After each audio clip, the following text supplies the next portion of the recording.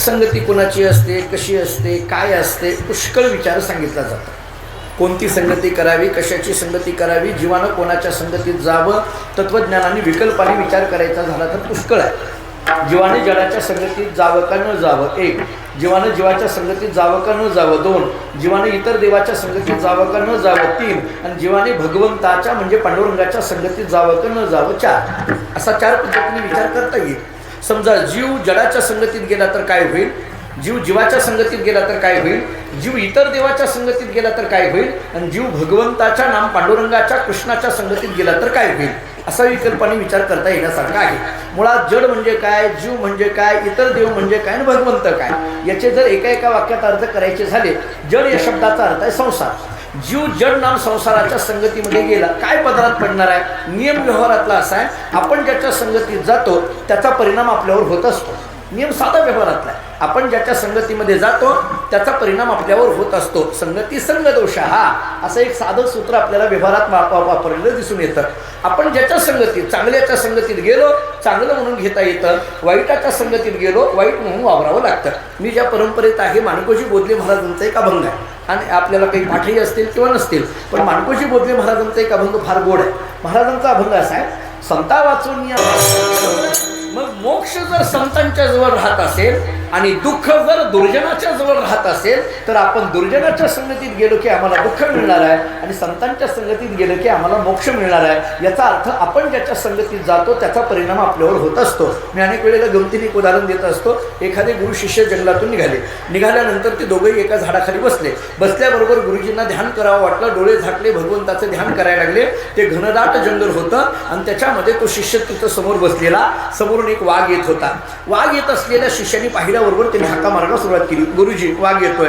गुरुजींचं काही लक्ष नाही, ते देवाचं ध्यान करत होते. वाघ आणखीन जवळ आला, त्यांनी पुन्हा मोठ्याने हाक मारली, गुरुजी वाघ येतोय, तरी गुरुजींचं लक्ष नाही. वाघ अगदी जवळ आला, त्या शिष्याने पुन्हा मोठ्याने हाक मारली, गुरुजी वाघ येतोय, तरी गुरुजींचं लक्ष नाही. गुरुजींचं काही लक्ष नाही हे त्याच्या लक्षात आल्यानंतर सगळ्या संतांच्या प्रमाणातलं एकच प्रमाण त्याचं पाठ होतं, आपुली आपण करा सोडून. काही माणसं लागूपुरती प्रमाणे पाठ करतात बघा तुम्ही. जसं चाली म्हणणारे आपल्याकडे कोणती चाल येणार आहे तेवढंच प्रमाण कसं पाठ करतात का नाही बघा. एखाद्याकडे जर द्रुपदाची चाल दिली असेल आणि दुसऱ्या दिवशी जर विचारलं काय रात्री कीर्तनाला गेला होतात, हो, मग कोणता अभंग होता, की द्रुपदच सांगतो, पहिलं चरण सांगत नाही. ते म्हणतं माझ्याकडे हे चालू होतं, तेवढंच पाठ केलेलं असतं शेवटचं चरण. तसं काही माणसं लागूपुरती याने एकच प्रमाण पाठ केलेलं, आपुली आपण करा सोडून. तो म्हटला एवढ्या हाका मारल्या, वाघ अगदी जवळ आला, गुरुजी काही लक्ष द्यायला तयार नाही. हे पिकलं पान गळून गेलं तरी कोणी विचारणार नाही, आपलं व्हायचं जायचं राहिले. आणखीन म्हटला कुठं गुरुजींच्या नादी लागा. त्यानं गुरुजींना सोडलं, एकटाच झाडावर जाऊन बसला वाघाच्या भीतीने. तो वाघ गुरुजींच्या जवळ आला, एक क्षणभर थांबला, काही आवाज केला नाही, काही नाही, निघून गेला. हा खाली उतरला. याला आश्चर्य वाटलं की आपण ज्याला घाबरून वरती जाऊन बसलो त्या वाघाने इथं जवळ येऊन साधी डरकरी सुद्धा पुढली नाही. काय गंमत आहे. तुम्हाला एक साधं उत्तर देऊ. आपण जंगलातून जाताना जर अचानक आपल्या समोर वाघ आला तर पळून जायचं नाही. जसं आहे तसंच उभा राहायचं. वाघ काही करत नाही असं म्हणतात. मला माहीत नाही, ते ह्याला गेलो होतो ताडोबाला. मी त्या फॉरेस्ट ऑफिसरने मला सांगितलं की असं करा, असं त्यानं सांगितलं. मी तुम्हाला सांगितलं, हे खरं का खोटं तुम्ही अनुभव करून मला पुढल्या वर्षी सांगा. जर आला तर सांगू, नाही तर जाऊ द्या, कसं असेल तसं ते सांगतात. ते तिथं वाघ थांबला, त्यानं आवाज केला नाही, काही नाही. यांनी विचार केला आपण घाबरून याला वरती गेलो, याचा काहीच नाही. खाली उतरल्याबरोबर गुरुजींचं ध्यान संपलं. दोघांनी समोर एकमेकाकडे पाहिलं. गुरुजींनी स्मित हास्य केलं, रस्त्याने चालायला लागल्याबरोबर एक डास, एक मच्छर गुरुजींच्या गालाला चावला.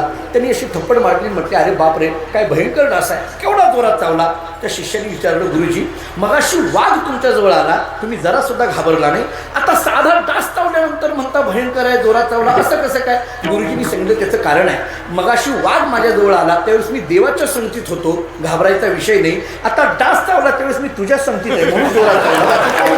त्याचा अर्थ आपण कोणाच्या जवळ बघू नका, आपण सगळे सारखे आहोत, असं काही नाही. इथं स्वामींच्या संगतीत आहोत आपण काही एकमेकाच्या नाही आहे. आपण कोणाच्या संगतीत आहोत त्याचा परिणाम आपल्यावर होत असतो. निश्चित अवस्था प्राप्त करायची असेल तर जो निश्चित आहे त्याच्या संगतीत जावं लागेल. तुझी ये संगती झाली अमुची निश्चिंती. कारण संसाराचं स्वरूप दुःखाचं आहे. त्याच्या संगतीत जीव गेला तर त्याला काय होणार आहे? दुःखच प्राप्त होणार आहे. दुःख बांधवाडी आहे हा संसार, असं संसाराचं स्वरूप आहे.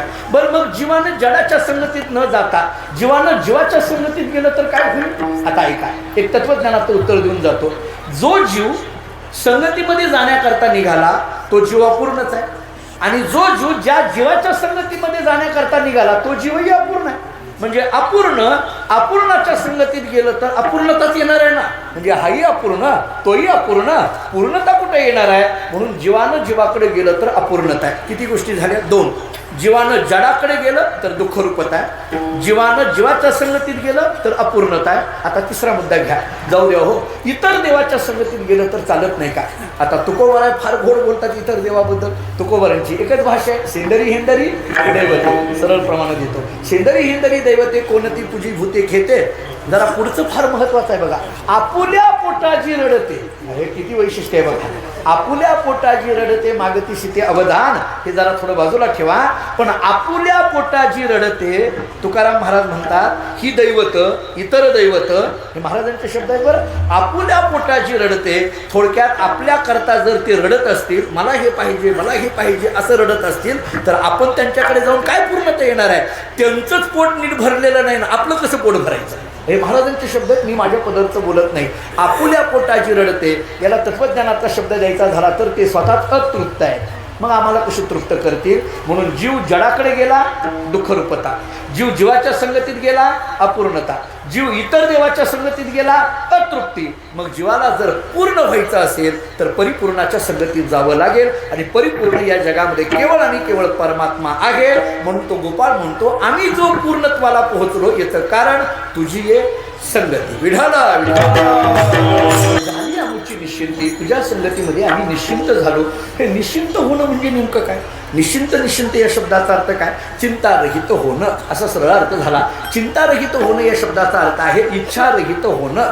कारण इच्छेचा अनुदय, इच्छा निर्माण न होणं, हीच निश्चिंततेची स्थिती आहे, हीच निश्चिंततेची स्थिती आहे. आणि म्हणून आता काही इच्छा राहिली नाही. आता इच्छा कधी राहत नाही?